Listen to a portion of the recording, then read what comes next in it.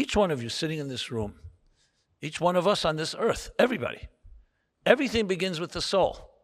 When you learn Chassidus, when you learn Jewish mysticism, you learn about the spiritual, about the esoteric, that's the first thing you know. Everything begins with the soul. The body comes second. We don't think that way. You wake up in the morning, first you feel your body before you feel your soul. You feel you're hungry, tired, all the other human experiences, material experiences. Then you focus and you say, okay, Moda'ani, God return my soul to me. Because we're essentially, on the ostensible level, we're sensory human beings who are consumed with our senses. What we see, what we hear, what we taste, touch, and smell. To the point that if I said to you right now, as an exercise, close your eyes and ears and taste, touch, and smell. Keep your ears open a bit because you won't hear me if you don't do that. What do you think would happen to you? So initially we think, I'll just disappear. No, you wouldn't disappear. You'd discover the real you.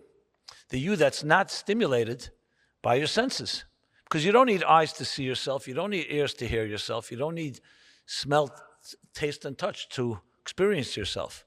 That's a bridge that connects us together. And we need it. It's necessary for relationships. In many ways, you can even say Shabbos is really an exercise of a journey within where we try to shut down that stimulation as much as possible, as much as humanly possible, because at the end of the day, we are still in bodies, and try to experience that voice from within. Every meditation, every exercise you find today, mindfulness, all those are all trying to do that, create a focus to travel inward. So when you know that's your real core essence, then ask yourself, how much do you know about it? Even the human body, which is just 5 feet, 6 feet tall, approximately. 100, 150 pounds. We won't go higher than that. Sometimes a little more. How much do we know about this body? So we know a lot more than we used to know, but there's still the mysteries. Ask any expert, any doctor, any scientist. The brain, the size of the palm of our hand. How much do we know about this brain? And that's the physical brain. When you talk about the soul, we know far, far less. And we spend most of our lives, if at all, studying science, studying the body, studying the physical world, studying the science of the physical world. But how much time have we spent understanding the dynamics and the components that make up your soul, which is the real you, the essence of you? So in a way, you can say Kabbalah and Chassidus, which is essentially contemporary Kabbalah, is the study of the soul. It's like you go to a doctor, you get a CAT scan or an X-ray or other types of scans of the body so we can see what makes us tick. And if there's a problem, we can discover it, identify it. There's also a thing called an X-ray of the soul. So I want to go through that X-ray a little more detail. Obviously, to cover it exhaustively would be difficult in this short time, but enough that hopefully it'll be intriguing enough for you to want to study more about it. Now, many of you may have studied some of this and maybe know it quite well. So it's not going to be just basic ABCs, but actually really digging into what you are comprised of, the building blocks of your very being, hence the DNA of your soul. And there is a real DNA. It's just not physical. Just like we say that the world is made up of many different objects, and they are in turn made up of elements, which in turn are made up of molecules, which are comprised of atoms and subatomic particles and subatomic. You can keep going down the rabbit hole, and we don't even know how far it goes. The same is with the soul. There's the outer expression of it, and as you travel inward, you can go into the molecular level, into the atomic level, and the subatomic level. And people who are really on a spiritual journey have mastered, to some extent, that ability to go deeper within. The truth is prayer. Real prayer is a journey of the soul. It's not just lip service. It's not just words and just asking and beseeching God for your needs. It's a journey into those deeper dimensions. That's why it's not a surprise. I witnessed it not so often, but I've seen Hasidic Jews, rabbis, sitting under a talus on Shabbos for 6 hours davening. Now, it takes a lot less than 6 hours to read all those words. You see, you just go to any usual minyan. But because they weren't just saying words, they were going on a journey into these deeper places and deeper states of consciousness. So I'm going to break it down into a few parts here. First of all, the dimensions of the soul. There are dimensions, and you begin from the outer and you travel inward, literally exactly like I just defined, from the subatomic through the molecular, through the atomic, molecular, and all the way to the elemental level. The same thing is on the soul, that there's generally 5 dimensions. And you may have heard of them. I'll spell them out in Hebrew. They're called Nefesh, Ruach, Neshama, Chaya, Yechida. So the Medrash puts it this way, that the soul has 5 names. But it really means 5 levels, 5 dimensions. So on the external, on the surface level, they sound synonymous. But when you understand what they are, they're not at all synonymous. They're different dimensions, and I'll explain it in more detail. So let's start from the bottom up, or from the outer in, would be the better way to put it. There's the level of soul when someone says, what does it mean to be alive? So any layperson, and definitely a biologist or a doctor or a scientist will tell you, it means life is defined, you're breathing, the primary organs are functioning, the heart, the mind, and that defines life. Now, that doesn't tell you the quality of life. It just tells you that you're physically alive. A person, God forbid, can be a vegetable in the hospital and also be alive. So that we would call biological life. That would be the first level nefesh, that you're simply existing and living. You're a living organism. Then there's the next level, that you're not just a zombie, but you also have an emotional life. Feelings. You feel things. You know, some people walk around, they say, yeah, I'm physically alive, but I feel dead, half dead. I feel like a zombie, like I said. What does that mean? No sensations. There's no feelings. So the next level is ruach. It's emotional life. The third is neshama, intellectual life, which is that your mind is working. Your mind is stimulated. Your mind is active. Sometimes we feel emotions but you feel your mind is blocked. Those are the first 3. Those are what we'll call the conscious dimensions of the soul, the conscious expression of the soul. Then come 2 more, Chaya and Yechida. We'll call this the supraconscious. This is called the transcendent forces at work that are not quite tangible in the sense where you can say, okay, it's expressing through intellectual activity or emotional or, as I said, biological, but rather they're dealing now with something more transcendent. Like here would be, what is the meaning of your life, as I discussed earlier. And finally, Yechida would be the level that is the place where you're closest to the very core essence of who you are, like being at peace with yourself in that deepest place. It's the most intimate part of the soul and its connection with its divine source. And it's not really experienced in any conscious way, but it's there. To access that is obviously far more difficult than the first levels. So those are part of the map of the general structure of a human soul. So when it says in the Bible, the Torah, it says that God took a clump of earth and imbued it, he breathed into it divine energy, which is the divine energy of divine breath. He actually imbued it with everything I described earlier. So let's go back to the analogy of the composer. You'll see 2 different musicians playing a brilliant piece of music. And one sounds unbelievable. The other one sounds not bad. Same music. So that same music can be played with different levels of soul, with different levels of what we may call kavana, intention.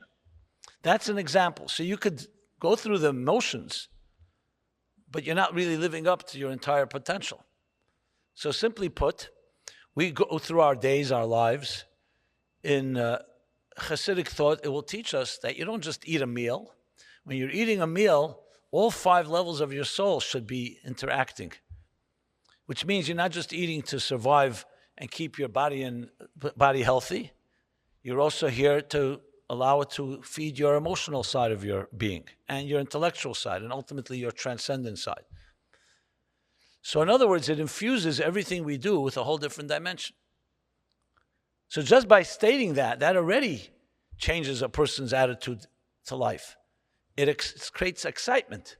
Everything you do is brimming, is filled with this potent energy of your soul. When people ask the question about what you saw, for example, I sat at the feet of the Rebbe for many years. As you may know, that was my job, to remember the Rebbe's talks on Shabbos and holidays, retain it, and then repeat it, and then publish it. So what did you experience? You experienced a soul on fire. When you see people that we say they have the sparkle in the eye, a certain passion. It's not just a passion about big things. Every little detail comes alive. You know, when you love somebody, even a slight touch is electric because it's filled with neshama. But our lives, I go back to my initial joke, our lives are somewhat often lethargic.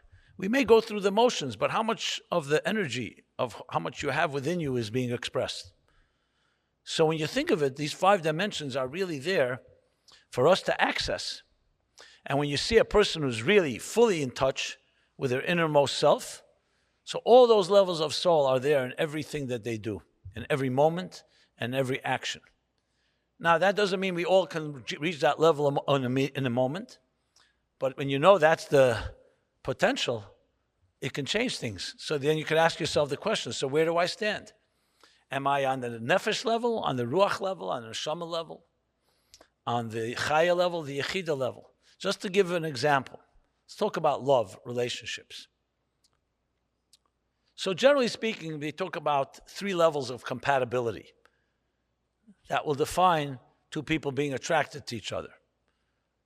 Shidduch, 15th, since it's the 15th of Av, I guess the appropriate example. One is physical attraction, sexual magnetism, something that draws 2 people together. That's the nefesh level. The next is an emotional connection. You can fall in love with an image of a model in a magazine, and then you meet that person, and there's nothing there, nothing clicks. There's no feelings. So the next is an emotional compatibility. You know, there's a feeling, something reciprocal, care, sensitivity, empathy. Then there's intellectual compatibility. 2 people, they share ideas, respect each other's opinion, perspective. They can have conversation, can have good argument.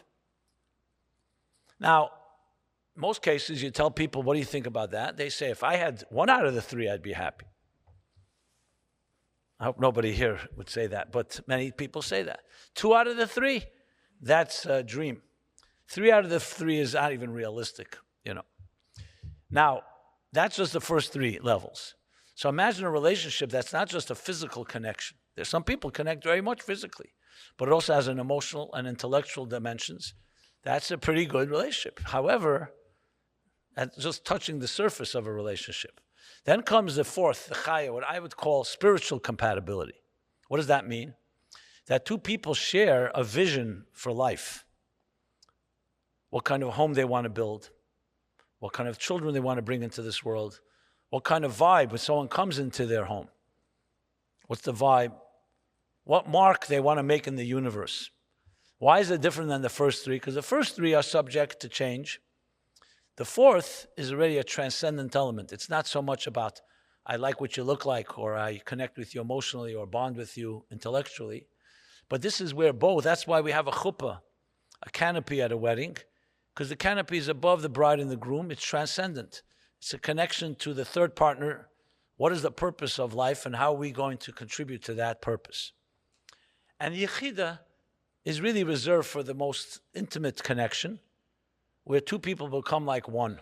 Yechida means oneness, total oneness. In the words of the Bible, in the Torah, v'haya lebasar echad, where man and woman become like one flesh, physically, but also spiritually, like what we call a soulmate. So when you think of it that way, you can develop a whole series of workshops, and I have done that to some extent, of teaching people how to enhance their relationship by first identifying, is it a nefesh, is it ruach, is it neshama, is it chay, yechida? And each of them, you can always room for improvement and growth. On a collective level, that would be the general relationship we have with God. And what is that relationship? So every day of the year, we pray 3 times a day. You know why 3? Corresponds to nefesh, ruach, and neshama, because we, on a regular mundane weekday, we can connect to the 3 conscious levels, the biological, emotional, and intellectual. On Shabbos and holidays, we add a 4th prayer. It's called Musaf. We introduce the transcendent. That doesn't mean you can't have it at all on the weekdays, except it's not as prominent. And once a year, when do we pray 5 prayers? Great. Yom Kippur, Ne'ilah, the 5th prayer. And what do we say? That prayer, all the gates are open. There are no boundaries. It's complete, unified connection with the essence of the divine and the essence of your soul. Now, that doesn't mean it's not beating inside your chest right now, that yechida. However, it's harder to access. You could access it. All 5 levels are accessible. But it's a question of how easy and how many layers you have to deal with to get to that place. And I'm not even addressing now all the blockages and inhibitions and obstacles and fears and insecurities that even trap us to not even get to the first level of nefesh. So if you really want to do this in a thorough way, you have to also look at, are you even being soulful? I was speaking about someone who's already come to understanding that their soul is more important than their body. And then you go on that journey. Most of us are challenged with, 1 minute, I have bodily needs, I have other needs, I have other things to address. I have to satisfy people's expectations and demands and their perceptions and so on. How many of us are struggling with the demons, real or imagined, in our lives? What we think, other things, people thinking of us, and all that comes with that. Just wanted to qualify. But on the other end, a person who is in the soulful journey is struggling, in a good way, how to climb this ladder, these 5 steps. And each one of them is a whole story of its own, a whole volume of its own. I'm just laying out the basic building blocks. But I want to go one further step. And that is, so what does each one look like? When you dig down deeper, I mentioned before, molecular, atomic, subatomic. What are the so-called particles that define each of these 5 levels?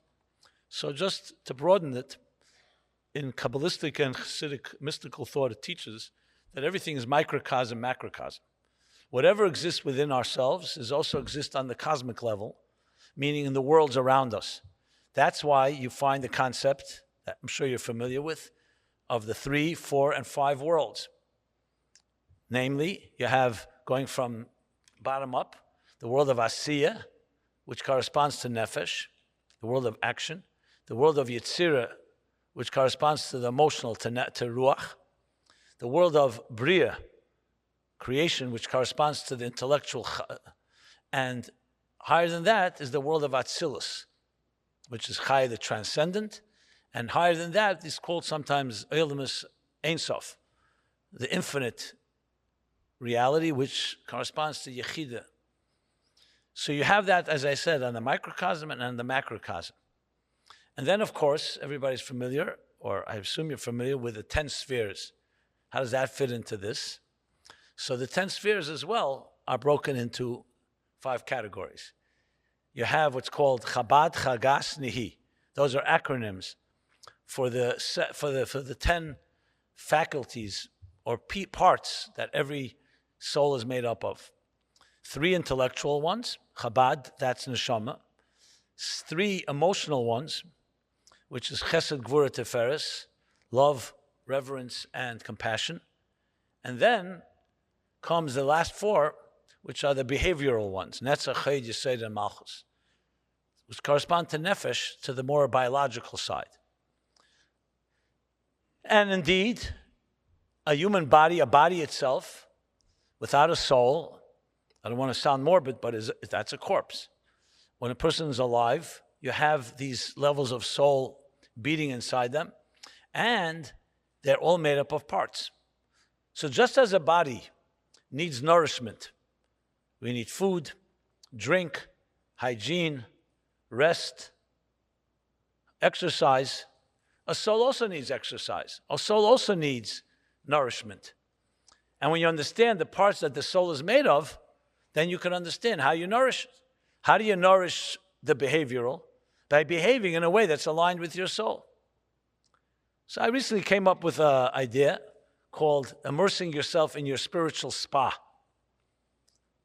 SPA is an acronym for study, prayer, action. And those that are more familiar with the text will know that that is the three pillars upon which the world stands. It says, Ashleisha Dvarim Ha'elam Ha'imid. On three pillars the world stands. And the world here means both the cosmic world and the microcosmic world, which is Elam Katan Zeh Adam, every human being. And what are the three pillars? Torah, study. Avodah, prayer, which is service of the heart, Avodah Shebelev. And Gemilas Chasadim, doing good deeds, kindness, actions. And what are they? There you have, Neshama, Ruach, and Nefesh. It's cognitive conditioning, emotional conditioning, and behavioral conditioning. And we can look at ourselves, just as I said before, going to a doctor, there's also a soul doctor. And what does that teach you? That let's look at which part of your life needs some immersion in the spa. So then, hence spa, study, prayer, action. Some of us need the enhancement in our behavioral, some in our emotional, some in our cognitive. The truth is we all need all of them, but you want to focus. I don't know if any of you are familiar with the book I did. It's a different time of the year, called The Spiritual Guide to Counting the Omer. It's the 49 days between Passover and Shavuos. And we talk about the refinement of your character. And what does it talk about? Chesed of chesed to malchus of malchus. So I wrote a book that defines literally the x-ray of our emotional structure, the spectrum of our emotions. So for example, many people are very loving. They're very loving. So evaluate your love. Love can be very beautiful, but also if you don't know when to stop. Some people don't know how to stop. Restraint, the gvura of chesed. That's why our love can spoil somebody. Our love could also suffocate someone, because that's like chesed that's untempered. So when you go through the 49 days, you actually have an opportunity to exercise, to evaluate, and then take the spiritual vitamins necessary that nourish and enhance each part of that part of your spiritual makeup. So you see from this that this is an elaborate process. This is like literally can take over your whole life in a beautiful way. Both the 5 dimensions and how they're comprised in the makeup of all the different steps that I spoke about. So really the point that I want to lead to is that this is all happening right now inside of you. Most of us are probably not aware, but inside of you are voices and forces that are waiting for you to feed them. And when you suddenly experience some type of, let's say, anxiety or fear or insecurity, it's always a symptom of your soul telling you you need to do something about it. Just like pain. We don't like pain, but pain is a red flag. It's a signal. It's telling you do something about it. The soul can't speak to us in physical terms, so it speaks to us in emotional terms and in psychological terms.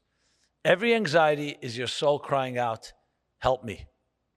Not necessarily a distress call, depends on the level of anxiety, but definitely a call that's telling you, I need to be fed. Sadly, we live in a world where we were not taught most of what I just said.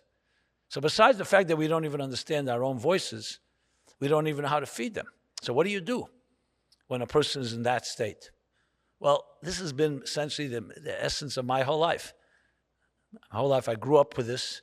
Once I began to appreciate, and I continue to learn to appreciate this whole inner system, I try my best to help people figure out, firstly, where do you stand, and then what you can do, and make the recommendations of the different soul vitamins, soul exercises, soul spa, and the different terminology to nourish and feed and nurture our very essence of who that makes us tick. So yes, we know there's a world of therapy. We know it's probably a $1 trillion industry. No one even knows. And especially if you include the pharmaceutical side of it, the medicine and how people medicate themselves. If you include all the addictions and all the other things that people struggle with to somewhat relieve their existential angst and pain and loneliness. And then, I mean, it's essentially really so much of what life is defined by. When if a person was able to access and feed that part of their soul, how much would be preempted? How much would be prevented? So what we really need is a revolution, to be very honest. A real revolution that doesn't begin when we're adults. Frederick Douglass said, it's infinitely easier to bring up a healthy child than to fix a broken adult. If we could create a generation of children and teach them about their souls, and they're natural. Remember, they're natural souls, because children by nature are much more driven by imagination, by idealism, by dreams. We knock it out of them by saying that's not practical. We turn them into mathematicians, into technicians, figure out how to maneuver and make money in this world. I'm not taking away from any of the value of that, but we basically turn them from soul into bodies instead of fueling their fertile souls and their fertile imagination. But imagine we can create a generation that understands themselves in this way. So the preventive medicine, that would create, who knows the value of that. But when we do face a challenge, you have resources, you have a way of analyzing and saying, 1 second, is this a nephesh thing? Is it a ruach thing? Is it an emotional? Is it a cognitive? Is it a transcendent issue? Is it a combination of some of them? And then specifically drilling down into, is it chachma, bina, das, chesed, gvura, teferes? I gave some examples, obviously a lot more. And all of them will give you a snapshot of what you're like. One of my big dreams, might as well share it, is they're mapping the human genome, right? How about mapping the spiritual genome? Like really creating a comprehensive map that will give us the DNA of every individual soul, so you can look at it and say, ask certain pointed questions and say, okay, here are my strengths, here are my weaknesses, here are things that need enhancement, here's what needs to be harnessed. How that can create literally a paradigm shift in the way we see ourselves. Really a new psychological model, which can utilize everything that exists out there. That's good. But nevertheless, add this dimension, which is the gift that God gave us. The blueprint I mentioned before, blueprint. The blueprint of Torah, a blueprint of your soul, a blueprint of your psyche. What makes you tick. And when you understand it well, it literally can transform your life. Just like when you get an x-ray of your lungs. I mean, no one should ever have to need that. But if you get an x-ray of your lungs, you'll see the doctor will put the x-ray on the screen. And near it, an x-ray of healthy lungs. So you can juxtapose and say, here there's a, God forbid, a blockage. Here there's a problem here. So it's critical to have a picture of the so-called, the quintessential archetype of what a healthy spiritual genome looks like.